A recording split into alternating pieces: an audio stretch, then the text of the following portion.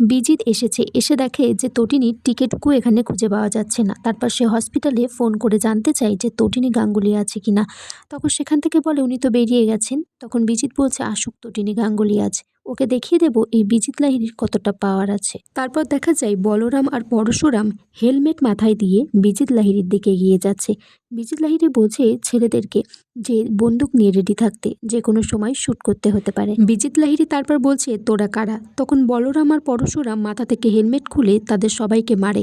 তখন স্পেশাল ব্রাঞ্চের officer পরশুরামকে phone করেছে। তখন পরশুরাম বলছে যে স্যার বিজিত লাহিড়ীকে তুলে নিয়েছি। তখন স্যার বলেছে আমি ভুল লোকের উপর দায়িত্ব দিইনি, গ্রেট জব, তুলে নিয়ে এসো ওদেরকে। এদিকে তটিনী তারপরে নিশা গুন্ডাদেরকে মারছে আর তাদেরকে জেরা করছে, বলছে কোথায় লাট্টু আছে বল। তখন বলছে লাট্টু বেঁচে আছে না মারা গেছে। তখন ছেলেটা বলছে না না বেঁচে আছে। এদিকে আয়ুষী বাড়ি ফিরে এসেছে। তখন আরাধ্যা আর প্রাচী প্রার্থনা সবাই বলছে বাড়িতে কে কোথায় আসো, দেখো আয়ুষী ফিরে এসেছে। আয়ুষীকে সবাই জেরা করছে যে তোকে তো বিজিতই তুলে নিয়ে গেছিল, তোরা কোথায় ছিলিস।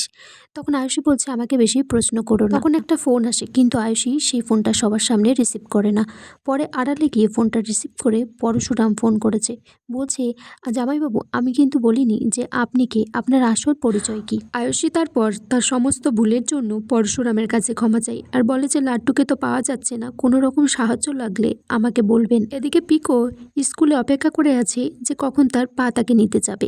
সে তার বন্ধু অত্রিশমানকে বলছে যে আমার পা তো এখন আসেনি আর আমার মামি তো হসপিটালে শুয়ে আছে।